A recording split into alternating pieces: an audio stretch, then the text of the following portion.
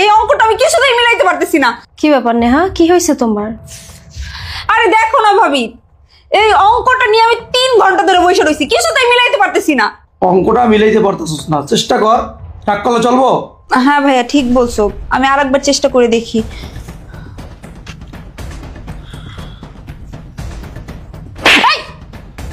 ছোট লোক ফকিন্নির বাচ্চা, তোর এত বড় সাহস, তুই আমার পায়ে টাচ করলি? ম্যাডাম, আপনি আমার চড় মারলেন। আমি তো ইচ্ছা করে আপনার পায়ে হাত দিই নাই, ভুলে লাগিয়ে গেছে। ভুলে লাগা গেছে না? ছোট লোক ফকিন্নির বাচ্চা, আমি খুব ভালো করেই জানি তুই ইচ্ছা করে আমার পায়ে টাচ করছিস।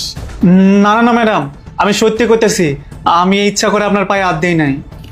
এই তর্ক করিস না, তোর কাজ তুই কর। ভাইয়া তুমি বুঝতে পারতেছো না কেন? ও ইচ্ছা করেই আমার পায়ে টাচ করছে, ওর চরিত্র খারাপ, ওর চরিত্রে সমস্যা আছে।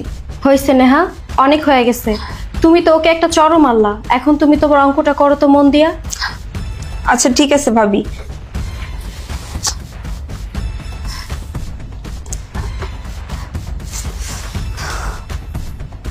দূর, এই অঙ্কটা কিছুতেই আমার মাথায় আসতেছে না, আমি বুঝতে পারতেছি না কেন মন হইতেছে বারবার, কিচ্ছু ভালো লাগে না। ম্যাডাম, কি এমন অঙ্ক যে আপনি মিলাইতেই পারতেছেন না? দেন তো আমার, আমি একটু দেখি। এই অশিক্ষিতর বাচ্চা, আমি এই অঙ্ক মিলাইতে পারতেছি না আর তুই বলতেছিস তোরে দিব, তুই মিলাই দিবি? জীবনে কখনো স্কুলে গিয়েছিস? দেখ শ্রাবণ, সবসময় ফাজলামি করিস না, বিতলামি সবসময় ভালো লাগে না। দেখ তো বুড়ির মাথা গরম, অঙ্কটা করতে পারতেছ না, তোর কাজ তুই কর। স্যার, আমার মনে হয় কি অঙ্কটা দেখলে হয়তো বা আমি পারতাম। আমার বোন এত শিক্ষিত হইয়া ও অঙ্কটা মিলাইতে পারতেছে না, আর তুই অশিক্ষিত হয়ে তুই অঙ্ক মিলাবি না? কথা কম কয়ে তোর কাম কাজ তুই কর। স্যার, একবার দিয়েই দেখেন না, দেখেন আমি পারি কিনা। নেহা, ও যেহেতু এত করে চাচ্ছে, তাহলে ওকে একটু দাও, ও অঙ্কটা করতে পারে কিনা আমরা দেখি। ভাবি তুমিও না, যেখানে আমি এই অঙ্কটা মিলানোর জন্য 3 ঘন্টা ধরে ট্রাই করছি, কিছুতেই পারছি না, আর ওর মতো অশিক্ষিত কিভাবে এই অঙ্ক মিলিয়ে দিবে? আচ্ছা না পারুক, চোখের দেখাটা তো দেখতে পারবে, দাও। নে নে, যদি পারিস এই অঙ্কটা আমাকে মিলিয়ে দেখা।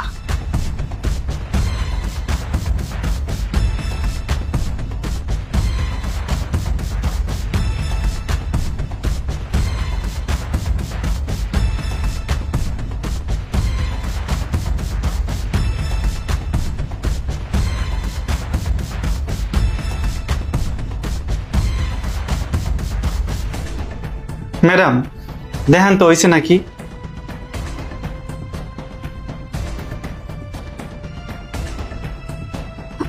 হ্যাঁ হয়েছে তো, আমি এই অঙ্কটা 3 ঘন্টা ধরে মেলানোর চেষ্টা করেছি, কিন্তু কিছুতেই পারছিলাম না, আর তুই 3 মিনিটে মিলিয়ে দিলি। কি রে শ্রাবণ, আমি তো তোরে খাতাটা দিচ্ছি, তুই অঙ্ক না পারোস, চোখের দেখা দেখবি, কিন্তু তুই এত কঠিন অঙ্ক কিভাবে করলি? ম্যাডাম, কই কঠিন অঙ্ক, অঙ্কটা তো সহজই, আমি মাথায় হিসাব করে মিলাই ফেলাইছি। শ্রাবণ, তুই সত্যি করে বলতো তুই লেখাপড়া করছিস কিনা? না স্যার, আমি লেখাপড়া করি নাই, আর লেখাপড়াই যদি করতাম তাহলে কি আপনাকে বাড়িতে কাম করতে আইতাম? আচ্ছা ঠিক আছে, অন্য অন্য যে কাজগুলো আছে সেগুলো কর, যা। আচ্ছা স্যার।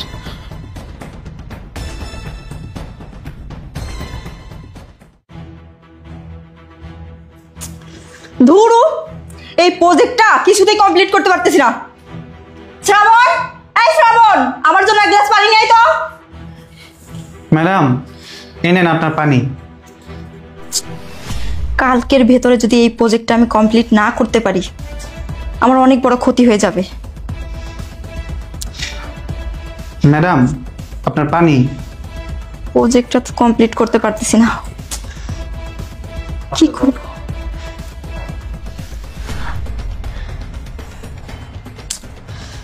ম্যাডাম, আমার মনে হইতেছে আপনি মনে হয় কোনো কিছু নিয়ে চিন্তিত। এই, আমার মাথা গরম করিস না কিন্তু, যা এখান থেকে। ম্যাডাম, আপনি কি এর জানি প্রজেক্ট কইলেন, দেন না আমারে, আমি একটু দেখি আমি পারি কিনা। এই ফকিন্নির বাচ্চা, আমি একজন সফটওয়্যার ইঞ্জিনিয়ার হয়ে এই প্রজেক্টটা কমপ্লিট করতে পারতেছি না, আর তুই কি বললি আমার এই প্রজেক্টটা তুই কমপ্লিট করে দিবি? আদার ব্যাপারী হয়ে জাহাজের খবর নিস না, যা এখান থেকে। ম্যাডাম, একটাবার আমার দিয়েই দেখুন না, আমি একটু দেখি আমি পারি কিনা। কি রে, তুই কাজের লোক হয়ে আমার পাশে বসছিস? ওই ফকিন্নির বাচ্চা। ম্যাডাম, আপনি আমার থাপ্পড় দিলেন, আমার প্রজেক্ট একটু দিয়েই দেখেন, দেখবেন আমি প্রজেক্টটা কমপ্লিট করেই দেখাবো। আমার দেন ম্যাডাম। এই, আমার মাথাটা কিন্তু এমনি খারাপ হয়ে আছে, আমার মাথাটা গরম করিস না, না হলে কিন্তু তোকে জুতা দিয়ে বাড়ি দিব। আচ্ছা ম্যাডাম, আমি যদি প্রজেক্টটা কমপ্লিট করতে না পারি তাহলে আপনি আমার জুতার বাড়ি দিয়েন, লাগলে যা ইচ্ছা তাই করেন, আপনি আপনাদের বাসা থেকে আমার বাই করে দিয়েন, আমার দেন, আমি প্রজেক্টটা কমপ্লিট করে দিতে আসি। আচ্ছা ঠিক আছে, ধর। যদি না পারিস না তাহলে যে তোর কি অবস্থা আমি করব তুই ভাবতেও পারবি না। শোন, এটা আমার দামি ল্যাপটপ, যদি নষ্ট হয় না তাহলে তোর খবর আছে। আচ্ছা ম্যাডাম, আপনি চিন্তা করবেন না।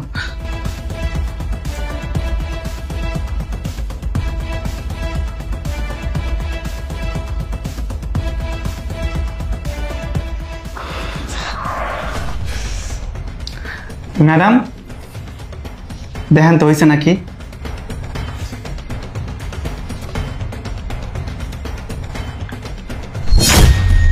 আরে তুই আমার এত বড় প্রজেক্টটা কমপ্লিট করে দিলি, কিভাবে সম্ভব এটা? কিভাবে করলি তুই? ম্যাডাম প্রজেক্টটা তো সহজই আছিল, আপনি শুধু শুধু রাগারাগি করতেছিলেন, আমি কমপ্লিট করে ফেলাইছি। এই, তুই আমাকে সত্যি করে একটা কথা বলতো, এত বড় প্রজেক্টটা তুই কিভাবে কমপ্লিট করলি? তুই কে? ম্যাডাম আমি আর কে হবো, আমি আপনাদের বাড়ির কাজের ছেলে। কি, তুই আমাদের বাসার কাজের ছেলে? তোর চেহারা আর তোর কাজের অভিজ্ঞতা দেখে তো মনে হয় না তুই কাজের ছেলে। এই ঠিক আছে, তুই তো বলবি না, চল আমার সাথে। কোথায় যাবো? আয় আমার সাথে। ম্যাডাম, আয় আমার সাথে।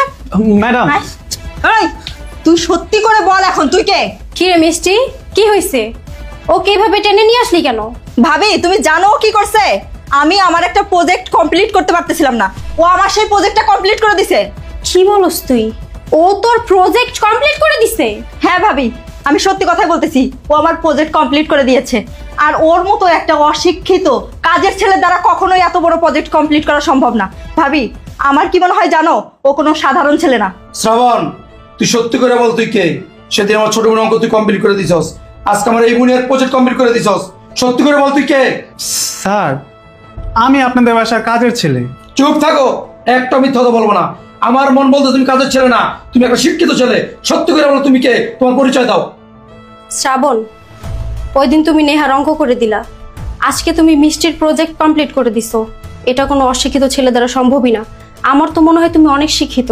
তুমি আজকে যে প্রজেক্টটা কমপ্লিট করেছো এটা কোনো ইঞ্জিনিয়ার দ্বারা সম্ভব, এছাড়া সম্ভব না। ম্যাডাম আপনারা ঠিকই ধরেছেন, আমি শিক্ষিত ছেলে, আমি একজন সফটওয়্যার ইঞ্জিনিয়ার। কি বলো তুমি? তুমি একজন সফটওয়্যার ইঞ্জিনিয়ার হইয়া তুমি আমার হাতে কেন কাজের ছেলে হয়ে কাজ করতেছো? স্যার আমি অনেক স্বপ্ন নিয়ে ঢাকা শহরে আসছিলাম। আমি ভেবেছিলাম ঢাকা শহরে এসে ভালো একটা চাকরি নেব। আমি একটা মধ্যবিত্ত ফ্যামিলি থেকে উঠে এসেছি। ছোটবেলায় আমার বাবা মারা গেছে, আমার মা আমাকে অনেক কষ্ট করে বড় করেছে। আমি আমার মায়ের স্বপ্ন পূরণ করার জন্য ঢাকা শহরে এসেছিলাম।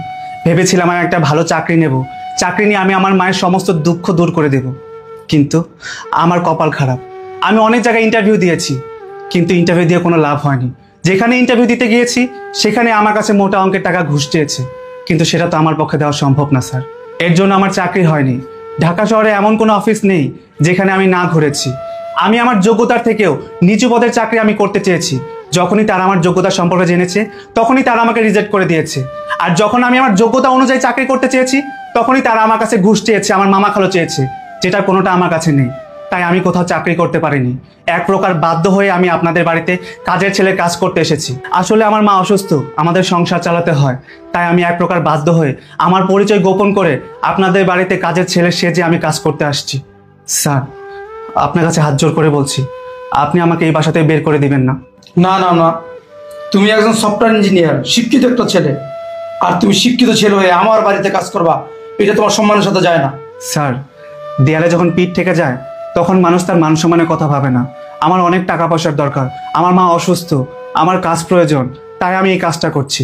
শোনো, ওর মতো একটা শিক্ষিত ছেলে আমাদের কোম্পানিতে দরকার, তাই আমি চাই ও আমাদের কোম্পানিতে সফটওয়্যার ইঞ্জিনিয়ার হিসেবে জয়েন করুক। হ্যাঁ ভাবি, তুমি একদম ঠিক কথা বলেছো। ও যদি আমাদের কোম্পানিতে জয়েন করে তাহলে আমাদের কোম্পানির অনেক উন্নতি হবে।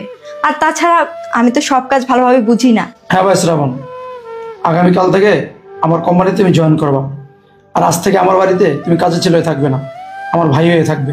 কি বলছেন স্যার? সত্যি বলছেন? স্যার, আপনাকে অসংখ্য ধন্যবাদ। আমি সারা জীবন আপনার কাছে ঋণী হয়ে থাকবো। শুনেন, আপনি আমার সাথে চলেন, আপনি আমাকে কিছু প্রজেক্টের কাজ বুঝিয়ে দিবেন। কি হলো, চলেন। হ্যাঁ চলেন।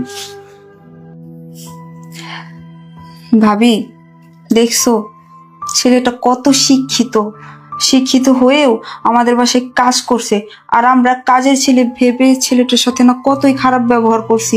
আর আমি সেদিন তো ছেলেটাকে একটা থাপ্পড়ও মেরে বসছি। আসলে আমি একদমই ঠিক করি না ওর সাথে। যাই, আমি কি ওকে একবার সরি বলে আসি। তোমার দুই বোনের ঘটনা কিছু বুঝতে পারছো? আমার কিন্তু বিষয়টা কেমন জানি লাগতেছে। আর পাগল, আমি সবই বুঝতে পারছি। আর আমি একটা সিদ্ধান্ত নিয়েছি, মিষ্টির সাথে শ্রাবণী বিয়ে দিয়ে দিব। কেমন হবে বলো তো? ভালো হবে।